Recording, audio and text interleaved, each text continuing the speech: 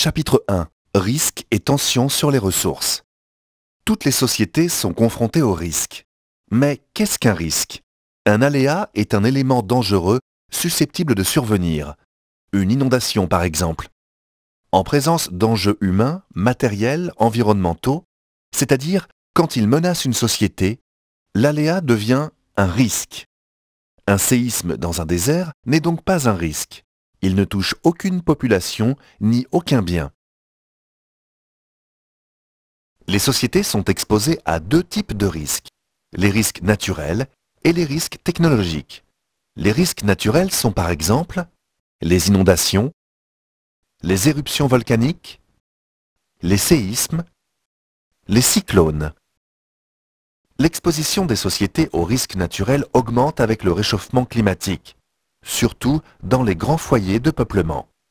Le delta du Gange, par exemple, est plus exposé aux cyclones, inondations ou submersions.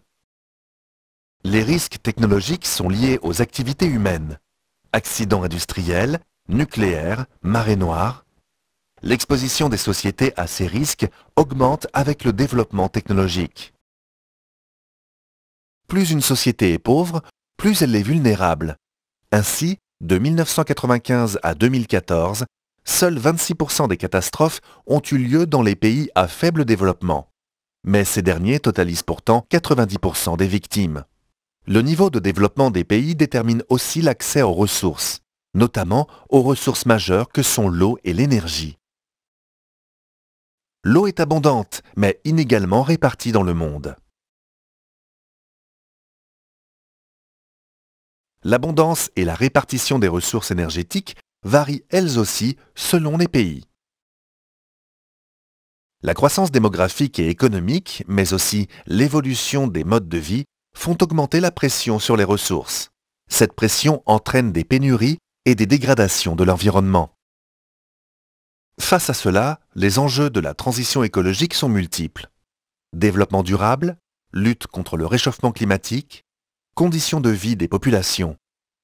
La transition écologique repose sur les énergies renouvelables, l'efficacité énergétique, la protection des milieux. Les pays développés sont plus avancés que les pays en développement dans cette transition. Mais les efforts restent inégaux car la volonté politique manque souvent.